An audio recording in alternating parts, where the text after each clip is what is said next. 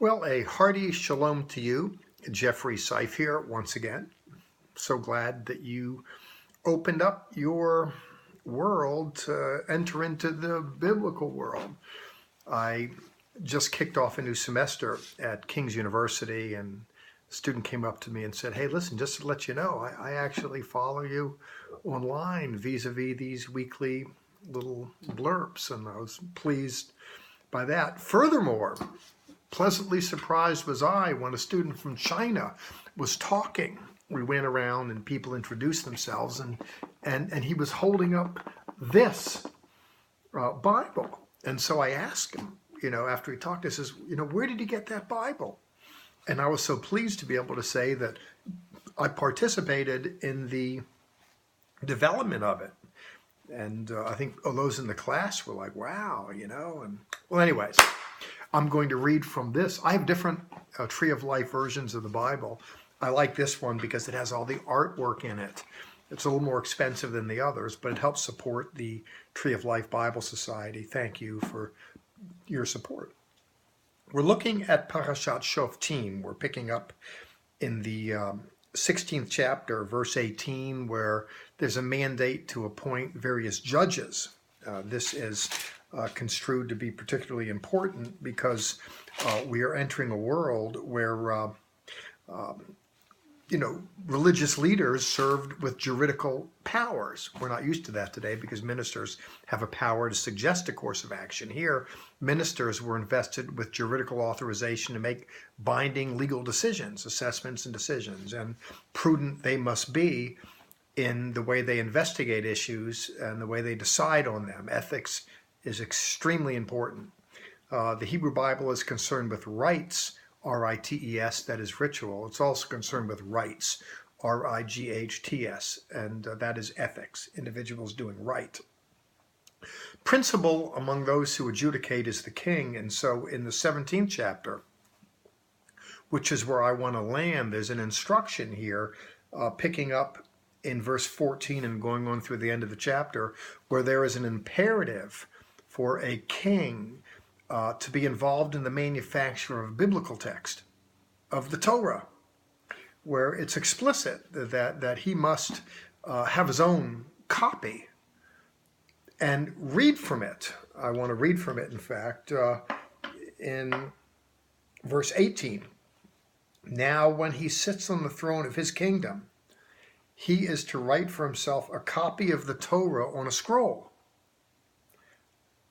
from which is before the Levitical Kohanim, the priests. It will remain with him, and he will read in it all the days of his life, in order to learn to fear Adonai his God, and keep all the words of this Torah and these statutes. Very interesting, it seems to me. Then we're told in verse 20, his heart will not be exalted above his brothers, and he will not turn from the commandments to the right or to the left, so that he may prolong his days in his kingship, he and his sons, in the midst of Israel. Now, what's interesting is when you look at the story of the various kings of Israel, many of them did not prolong their days in their kingship. They were cut very short, very, very short on occasion. And why is that? Over and again in the biblical text we're informed that they cast the Torah behind their backs. They were non-compliant. Here, kings, the quintessential, the ultimate magistrate, the ultimate judge, was to make his own copy and spend time in it, be familiar with it, in order that it might temper impulses. That is specifically noted is that his heart will not be elevated amongst his brethren. Well, you might say, well, look, I'm not a king, and I don't read this and understand myself that I need to handwrite a copy of the Bible or have someone do it for me and then read it to me. This is obviously talking about someone else. Well, you're right at one level, but at another level you're not. And by that I mean, what's the principle? Let me ask you a question in beginning to explore that. How do you keep religious memory alive in your mind? As you make your journey through life, away from your computer right now, you can be assaulted by all kinds of stimuli, all kinds of lusts and passions and angers and feelings and all the rest. How do you keep the genie in the bottle? How do you keep that in check? Well, there are different things people do in order to cultivate religious faith and virtue. Well, when they drive about, they'll listen to religious music, the faith-building music. They'll listen to biblical texts in the radio. They'll listen to sermonizing in the radio. They'll do that. People will go to their house and, have inspirational music playing. They'll have religious books. They'll watch religious television. I worked in Christian television for years. Individuals will want to kind of fire up the screen and hear something that's faith-building. Similarly, individuals have Bibles, and people will begin the day with reading a text and so forth. All this is to keep the memory, keep the biblical energy alive in our frontal cortex, lest we forget and drift and be bested by the darker sides of our own natures.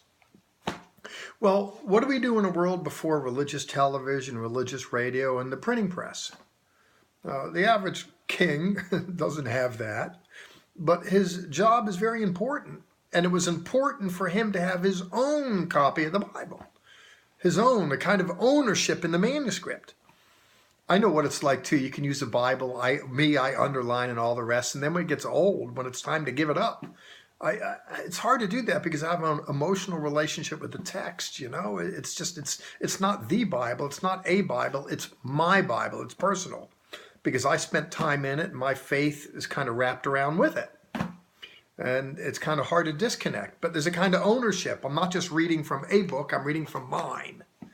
And I mention that because it was felt important, it was mandated that the king needed to have his own copy of the text and spend time in it in order that his inner self will be impacted by it, with the net result it'll affect the way that he interacts with the world. You might not be a king. You might not need to, handwrite a copy of your own Bible, but you need to let yourself not be conformed to this world, but to be transformed by the renewal of the mind, which is what this is talking about here. You've heard me to say every day when you look at me and hear me give a talk on this subject, while it is true that I come to you under the auspices of the Tree of Life Bible Society, and while it is true that I'm game to commend this version of the Bible because I had some leadership hand in the manufacture of it, while that's true, you've heard me to say I'm glad you read the Bible in any version, simply because you will be the better for it, because you, like me, aren't just, the Holy Spirit walking around. You have this fleshly earth suit that you live in. And that side of our experience can get bested by the darker side of human nature. We need to keep that at bay. And, the Bible today keeps the devil away. We got to keep up that faith and keep cultivating it. And to have our head and heart in the Word contributes to it. That is one of the points in Shoftim. One of the problems with being a Bible teacher like this is there's so much to get into, and I just pick where I want to land, and I wanted to give you that reminder today. Well, as I said at the outset, good to see you. Thanks for going on the journey, and let's do this again next week. God bless.